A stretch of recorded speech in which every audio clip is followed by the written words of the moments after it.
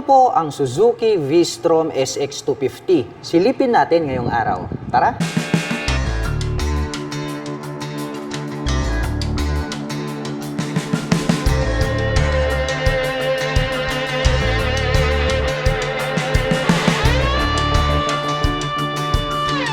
Suzuki V-Strom 250SX, isa po itong adventure bike at talagang napakalupit ng kanyang body and design. Mayroon po itong full LED na headlights at nakapack up naman po dito sa bandang itaas ito pong kanyang mga bulb type na turn signals. At mayroon po itong maliit na visor, clear color naman po siya. At dito po sa bandang harapan, nagkaroon po siya rito ng extension cover at may nakalagay naman po rito na V-Strom SX na decals. At ito po ay gumagamit ng traditional telescopic fork dito sa harapan. Black color po yan. At ito po ay gumagamit ng single rotor disc brake with 2-pot caliper na Vibre, black color. At ito po ay equipped with ABS. At ito naman pong kanyang cast wheel is black color. At mayroon naman pong sukat ang kanyang gulong rito sa harapan na 100 by 90-19. At ito po ay naka-dual purpose pattern tires. Black color naman po ito pong kanyang front fender. Nagkaroon pa po siya rito ng mga Y design. At ito po pala ay gumagamit ng fully digital meter panel display. At mayroon po itong 2-button selector dito po sa left side. At ito po ay gumagamit ng mechanical key para po sa kanyang ignition. At ito po ay naka-naked handlebar na glossy black color. At mayroon po itong integrated na USB charging port dito sa harapan. Kaya kung mahilig po kayong mag-adventure, nothing to worry about.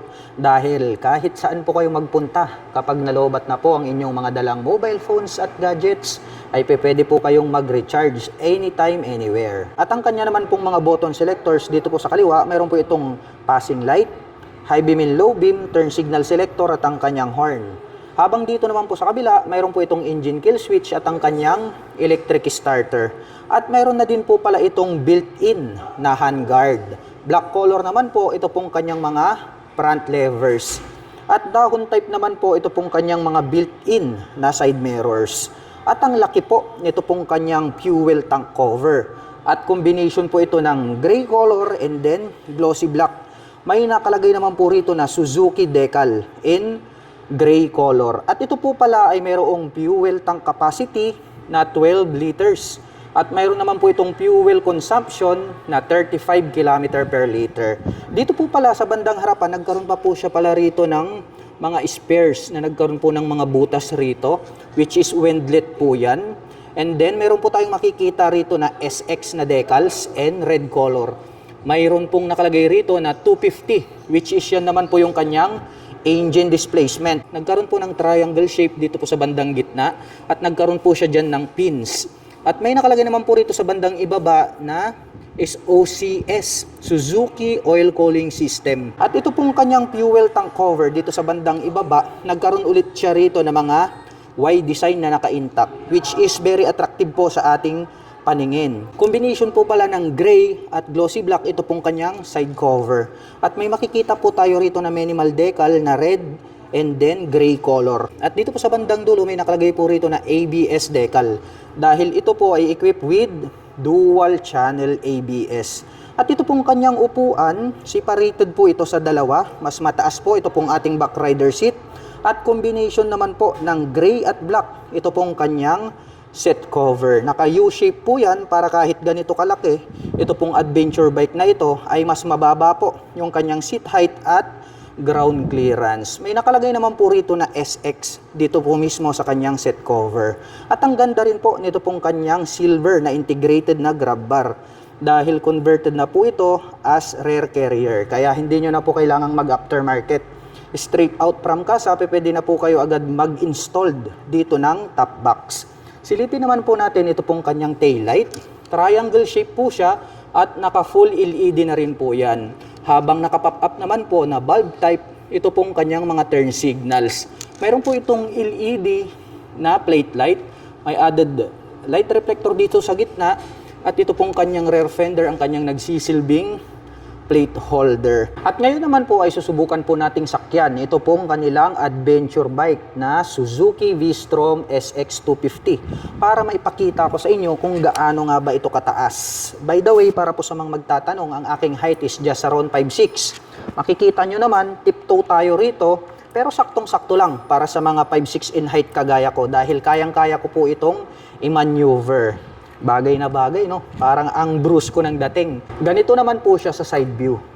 So, tiptoe po tayo. Kitang-kita nyo naman, ito po yung gagawin yung reference para po sa mga gustong bumili. Ito pong Suzuki V-Strom SX250. So, 5'6" po ako. Ganyan po yung dating nitong adventure bike dito sa atin. So, gaya po ng sabi ko sa inyo, kayang-kayang i-maneuver, no? Bagay na bagay para po sa mga tulad ko na 5'6" in height. Ito po pala ay mayroong 6-speed manual transmission. Mayroon po itong tubular na side stand, ngunit wala po itong center stand. Ito naman pong ating pillion step para sa ating rider, metal po siya, nagkaroon ng rubber cover on top. Habang alloy naman po, ito pong ating pillion step para sa ating back rider. Tubular naman po na metal itong kanyang brace. At dito po pala sa bandang itaas, meron po pala siya ritong susian. At meron na din po pala itong integrated na mudguard. Meron na rin po siyang black color na chain cover. At tubular naman po na square type, ito pong kanyang swing arm. Napakalapad nitong kanyang dual purpose pattern tires na mga gulong. At ito po pala ay mayroong sukat na 140 by 70-17. At ito po ay equipped with monoshock absorber para po dito sa kanyang rear suspension. At mayroon na din po itong built-in na engine protection guard. Ito pong kanyang stock type is napaka-sporty looks po ng kanyang design. Matte black po itong kanyang body at itong kanyang head protection guard. Habang glossy black naman po itong kanyang tip at mayroon naman po itong dual exhaust.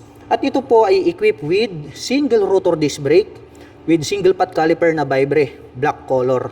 At of course, ito po ay mayroong ABS dito sa likuran hanggang dun sa harapan. Dahil nga po ito ay equipped with dual channel ABS. Metal naman po ito pong kanyang black color na foot brake. At ito pong kanyang engine cover is combination po ito ng matte brown and then black color. At ito po ay mayroong 249 cubic centimeter engine displacement to be exact. Naka single cylinder, single overhead cam, 4-stroke with 4 valve at nakakapag-provide po ito ng maximum power na 19.5 kW at 9,300 RPM.